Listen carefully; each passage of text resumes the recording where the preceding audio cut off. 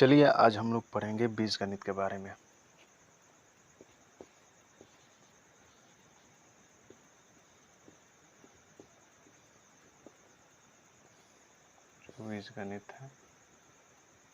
जो बीजगणित है उसमें क्या पढ़ना है? पहला है चर और दूसरा होता है अचर। अब और चर और अचर किसको कहा जाता है? यानी कि जैसे ए से जेड तक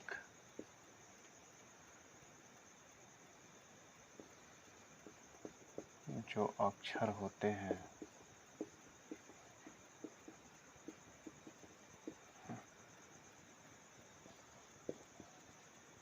वे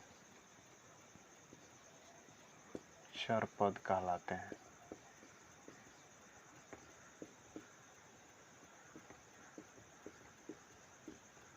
वे चर पद कहलाते हैं और अचर पद वह होता है जैसे जो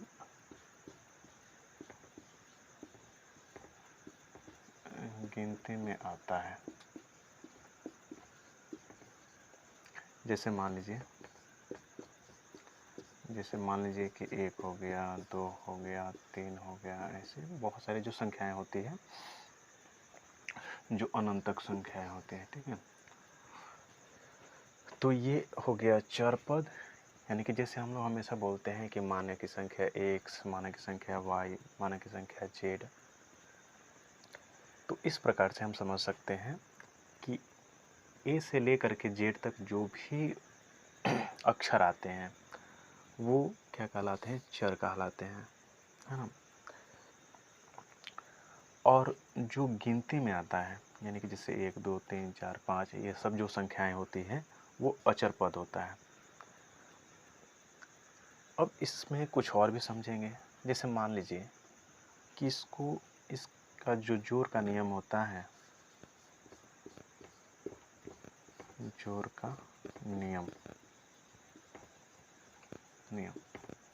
अब मान लीजिए कि दे दिया जाए कि x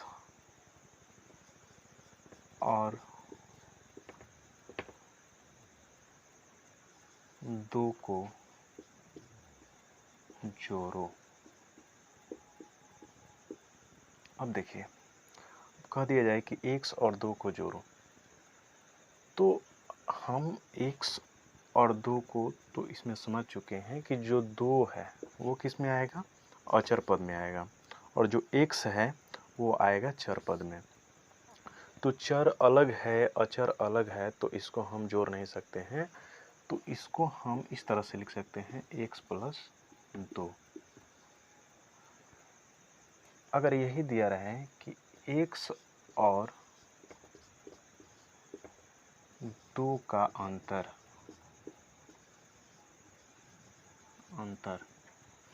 तो इसको भी हम इस तरह से x - 2 लिखेंगे।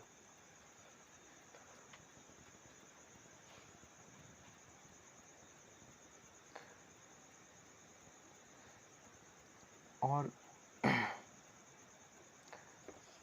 x और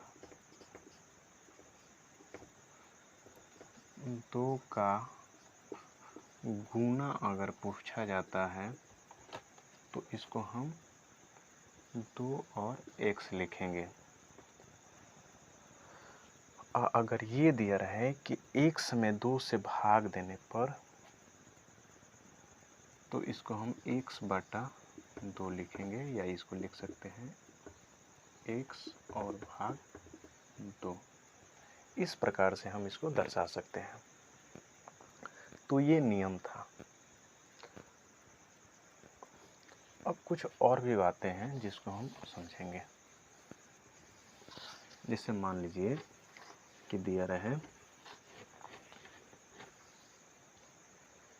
कि लगातार संख्या या 3 लगातार संख्या, तो एक हम बोल सकते हैं x, 2x 3x 4x, इस तरह से हम बोल सकते हैं। कभी कभी दिया रहता है कि लगातार दो संख्याओं का योग 6 है। दिया रहा है कि लगातार दो संख्याओं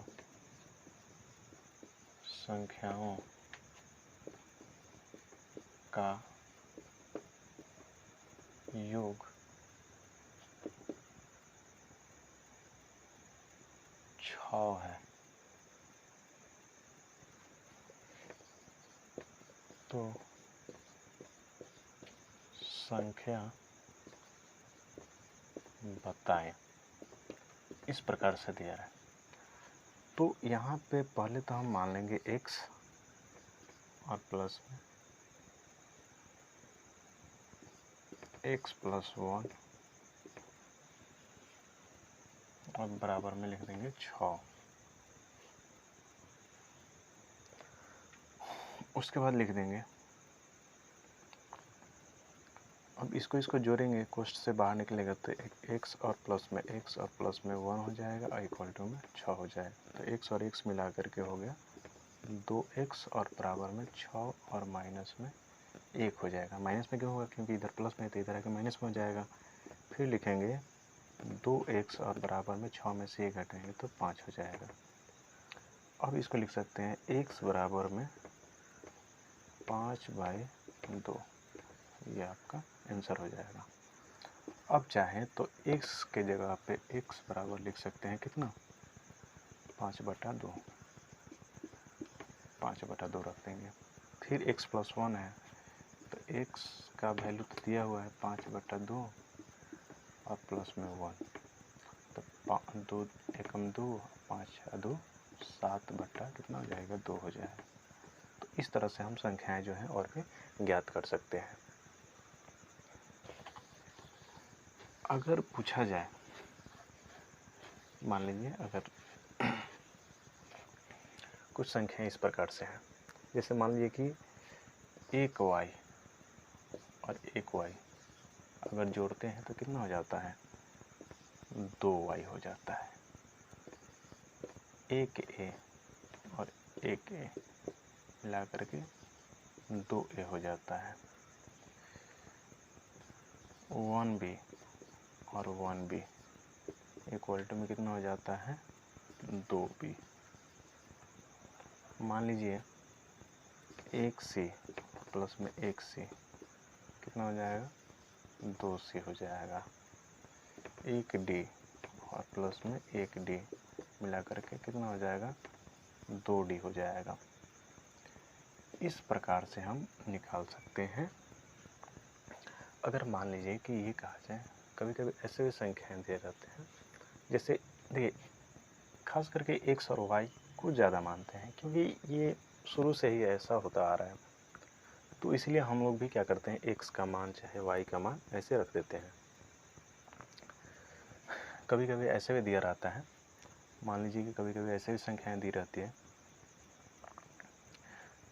दिया रहेगा कि जैसे मान लीजिए कि जिस प्रकार से दिया रहता है कि a² माइनस में b² बराबर में a प्लस b इंटू में a माइनस b। अब देखिए इतना से इतना कैसे आता है, इतना से इतना कैसे आता है। तो इसको क्या करेंगे कि हम लोग इसको a को कॉमन मानेंगे, a इंटू लिख देंगे कितना, a माइनस b, और फिर प्लस है तो प्लस लिख देंगे, फिर b कॉमन लेंगे और a माइनस b कर देंगे। a में a से गुना करेंगे तो हो जाएगा a² और माइनस a में b से गुना करेंगे तो हो जाएगा ab। देखिए हमने क्या किया कि a में a से गुना किया तो कितना हो गया, a² हो गया, है ना। अगर मान लीजिए कि a को हम a से ऐसे गुना करते हैं तो हो जाता है a²। स्क्वायर का मतलब कि a जो है कितने बार आया है, 2 बार आया है। अगर यही रहेगा कि a गुने ए तो बराबर में हो जाएगा a का पावर 3 या a क्यूब हो जाएगा। इसको क्यूब भी पढ़ते हैं, इसको आधार मानेंगे, इसको घात मानेंगे, ठीक है। तो ये हो जाएगा कितना, a में a से गुना करेंगे तो a स्क्वायर हुआ, माइनस का चिन्ह है तो माइनस का चिन्ह दे दिया हमने, और a में b से गुना किया तो हो गया ab, और फिर प्लस है तो प्लस कर दिए, फिर b है तो b में a से तो फिर ab हो जाएगा, फिर माइनस b में b से गुना करेंगे तो b स्क्वायर हो जाएगा। अब देखिए एक माइनस में एक प्लस में है तो ये दोनों क्या हो जाएगा, कट जाएगा, है ना। तो बच गया कितना, ए स्क्वायर, ये ए स्क्वायर और माइनस है तो माइनस, और बी है तो बी स्क्वायर, बी स्क्वायर है और ए स्क्वायर है। तो देखिए तो इतना यहाँ पे था, इतना आ गया यहाँ पे, है ना। तो इस तरह से हम इसको प्रूव कर सकते हैं। उसके बाद हम देखेंगे, जैसे मान लीजिए, चलिए एक बार और समझा देते हैं। जैसे ए स्क्वायर माइनस बी स्क्वायर बराबर में ए प्लस बी इंटू ए माइनस बी होता है। तो क्या करेंगे कि ए को कॉमन लेंगे और a माइनस क्या हो जाएगा, b हो जाएगा, फिर b को कॉमन लेंगे और a माइनस b हो जाएगा। तो a में a से गुना किया हमने, है ना, मतलब इस a से इस दोनों में गुना कराएंगे, फिर इस b से इस दोनों में गुना कराएंगे। तो यहाँ पे देखिए a में a से गुना किया तो a स्क्वायर आ गया, a में b से गुना किया है तो a b हो गया, फिर b में a से गुना किया तो a b हो गया, और b में b से तो b स्क्वायर हो गया। तो a b और a b कट गया तो a square minus b square, यानी कि a square minus b square बच गया, यही आपका आंसर हो गया। अब देखिए एक और तरीका है इसको समझने का। जैसे मान लीजिए कि लिखा हुआ है ए स्क्वायर और माइनस में बी स्क्वायर बराबर में ए प्लस बी और इंटू में ए माइनस बी। अब देखिए यहाँ पे तो दोनों के बीच में इंटू है, यानी कि गुना है, तो इसको हम इस तरह से भी लिख सकते हैं कि अगर पूछा जाए कि ए प्लस बी बराबर में क्या होगा, तो लिख देंगे ए स्क्वायर माइनस बी स्क्वायर और बटा में ए माइनस बी। इस तरह से हम लिख सकते हैं। तो कभी कभी ऐसा दिया रहता है कि दे दिया रहेगा कि ए स्क्वायर और माइनस बी स्क्वायर का मान दे दिया रहेगा, मान लीजिए कि 6 दिया है, ठीक है, और ए माइनस बी का भी मान 2 दिया रहता है, और पूछ देगा कि ए प्लस बी का मान बताएं, ए प्लस बी बराबर में क्या होगा। तो इसको हम किस प्रकार से पता कर सकते हैं, अगर मान लीजिए कि इतना ऑलरेडी पहले से दिया हुआ है तो यहाँ भी आप मान रख सकते हैं, 6 रख देंगे, फिर यहाँ पे कितना मान दिया हुआ है ए माइनस बी, तो ए माइनस बी यहाँ पे है तो यहाँ पे हम कितना रख देंगे, 2 रख देंगे। फिर आप क्या करेंगे कि यहाँ पे ए बी जो है यहाँ पे आप कितना रख सकते हैं, यानी कि 6 बराबर में आप लिख सकते हैं कितना, यहाँ पे चलिए यहाँ पे बता देते हैं, यानी कि 6 बराबर में ए बी ए प्लस क्या हो जाएगा बी, और इंटू में कितना रहेगा, 2 रहेगा।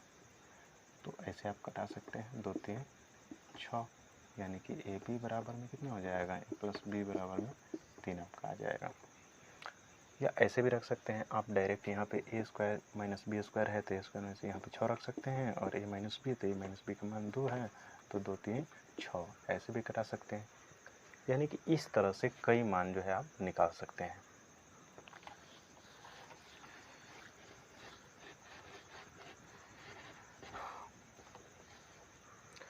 जैसे देखिए कभी कभी ऐसे भी दिया रहता है कि अगर मान लीजिए कि लगातार कोई पूछा जाता है, जैसे मान लीजिए कि अगर रूट के अंदर अगर a गुने a है तो बराबर में क्या होगा, a होगा, क्योंकि डबल है तो इसका स्क्वायर, और इसका वैल्यू जो है कितना होता है, 1/2 होता है, इसका वैल्यू जो है 1/2 होता है। इसको हम वर्ग का वैल्यू देते हैं, ठीक है। देखिए अब कुछ मान इस प्रकार से दिए रहते हैं, मान लीजिए जैसे मान लीजिए कि ये एक प्रकार का वर्ग है, ठीक है। तो वर्ग में क्या होता है कि चारों भुजाएं आपस में क्या होती हैं, बराबर होती है, चारों भुजाएं बराबर होती है। तो इस प्रकार से मान लीजिए ये ए है तो ये भी क्या होगा, ए होगा, और ये भी ए होगा, और ये भी ए होगा। अगर मान लीजिए कि यहाँ से एक डायगोनल खींच दिया जाए, एक डायगोनल खींच दिया जाए, तो यहाँ पे आपने देखा कि यहाँ मान लीजिए कि डायगोनल है, यानी कि डी से सूचित कर दिया गया। डी से कर दिया गया। तो जब डी से इसको सूचित किया गया तो यहाँ पे ऑलरेडी कितना भाग था, ए है, और यहाँ भी ए है। तो एक क्या होता है फार्मूला, ये मान लीजिए कि इसको क्या बोलेंगे हम, इसको आधार बोलेंगे और इसको कर्ण बोलेंगे, और इसको क्या बोल सकते हैं हम,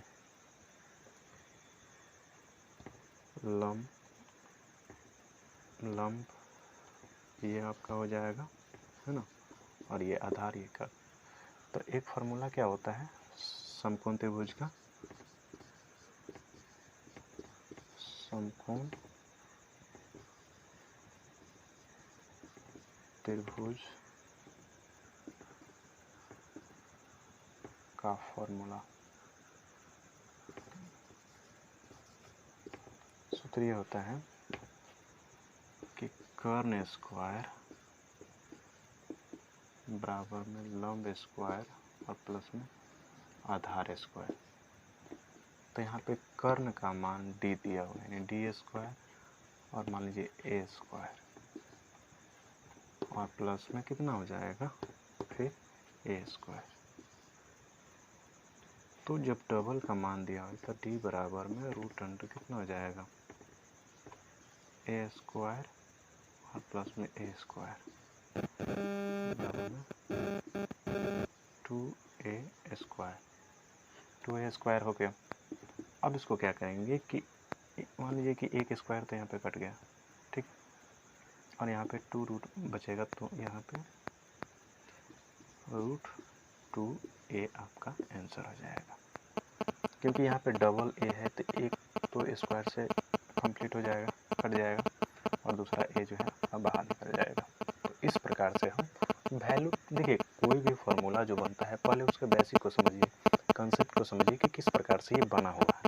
अगर ये समझ में आ गया कि किस प्रकार से बना हुआ है तो हम किसी भी क्वेश्चन को आसानी से सॉल्व कर सकते हैं। बशर्ते हमें ये पता होना चाहिए कि जो फार्मूला बना हुआ है वो किस प्रकार से बना हुआ है। अगर ये वीडियो आपको पसंद आया तो इसको लाइक एवं सब्सक्राइब करें, और मेरा जो चैनल है उसका नाम है concept of math bye Pankaj sir.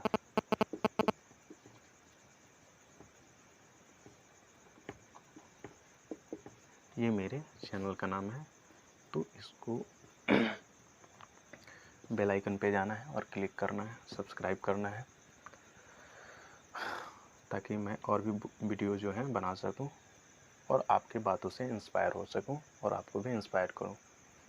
Thank you, that's all.